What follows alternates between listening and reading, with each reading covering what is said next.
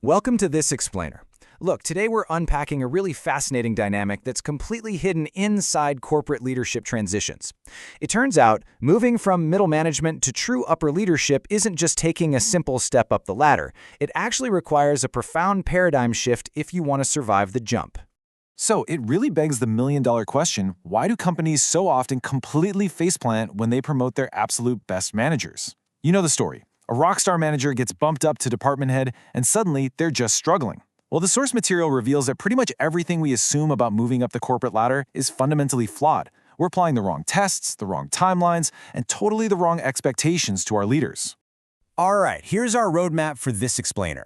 First, the promotion problem. Second, the 3-year blueprint test. Third, the 3 to 7 focus shift. Fourth, the real reason for perks. Fifth, redefining performance timelines. And finally, number 6, writing the new corporate manual. Let's dive right into Section 1, the promotion problem, and really the broken paradigm of how we advance people.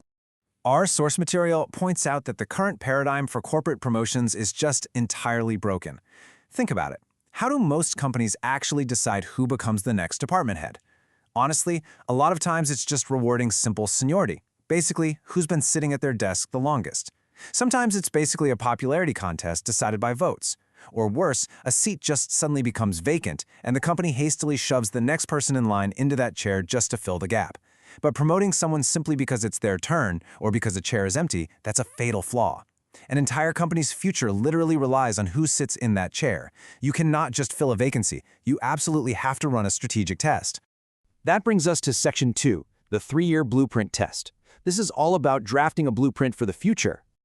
Okay, so when a vacancy opens up at that department head level, the promotion shouldn't just be an automatic rubber stamp. Instead, there needs to be an exam, and a very specific kind of test at that. The organization must ask the candidate something like, knowing exactly how this company operates today, what is your exact blueprint for the next 3 years? Before they ever get the job, these candidates must visualize and actually submit a comprehensive design for how that department is going to evolve over a 3-year horizon. They've got to prove they can see the big picture. Here's the bottom line. Evaluating a future department head means rigorously examining their forward-looking vision, not just looking at their past tactical execution. What got them to the manager level in the first place was executing immediate tasks efficiently, right?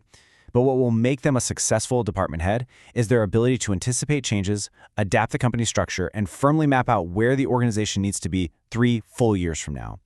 Simply put, if they can't design that future, they just aren't ready for the job. Moving on to Section 3, the 3 to 7 focus shift. This is where we talk about rebalancing a leader's energy. This part is absolutely fascinating. Think about the precise math of where a leader allocates their energy. When you're a manager, your focus is highly internal, as it should be. You're spending about 70% of your energy strictly on inside operations. Making sure the day-to-day tasks are handled, managing your immediate team, keeping the internal gears turning. Only about 30% of your time might be spent looking outward. And again, this is entirely appropriate for middle management. But wow, think about what happens when you step up to department head.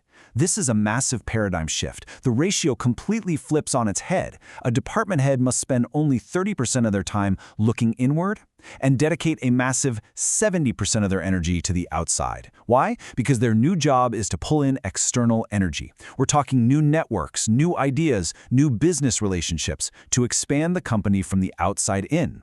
If a department head is still spending 70% of their time micromanaging internal affairs, they're actually stunting the company's growth. Let's roll into Section 4, the real reason for perks and how they function as strategic tools. I literally love this quote from the source material. Cars aren't given so you can brag to your kids. We've all seen it, right? We often view corporate perks, the luxury company cars, the expansive corner offices, the huge expense accounts, as just, ego boosts or shiny rewards for putting your years in. But looking at it that way completely misses their actual strategic function. The true purpose of executive perks is actually far more practical. Remember that 70% external focus we just talked about? A department head has to go out and meet with high-level external players. Big offices and fancy company cars are essential business tools meant to directly match the caliber of those outsiders. They exist so the leader doesn't feel intimidated, so they can project confidence, facilitate critical networking, and secure that vital outside energy the company desperately needs. The company provides these tools so the leader can properly execute their external role, not so they can just show off. Okay, Section 5, redefining performance timelines and how we actually evaluate success. When we directly compare these roles side by side, it becomes totally clear why applying a manager's evaluation framework to a department head leads to absolute disaster. A manager operates on a one-year time horizon. They're focused internally on tactical execution. But a department head, they operate on a three-year time horizon, focused externally on sourcing energy and ideas. They are fundamentally different jobs with completely different rhythms. This reveals a really fascinating evolution of timelines within a company. Think about it. Supervisors handle the monthly metrics. Managers handle the yearly design. And department heads?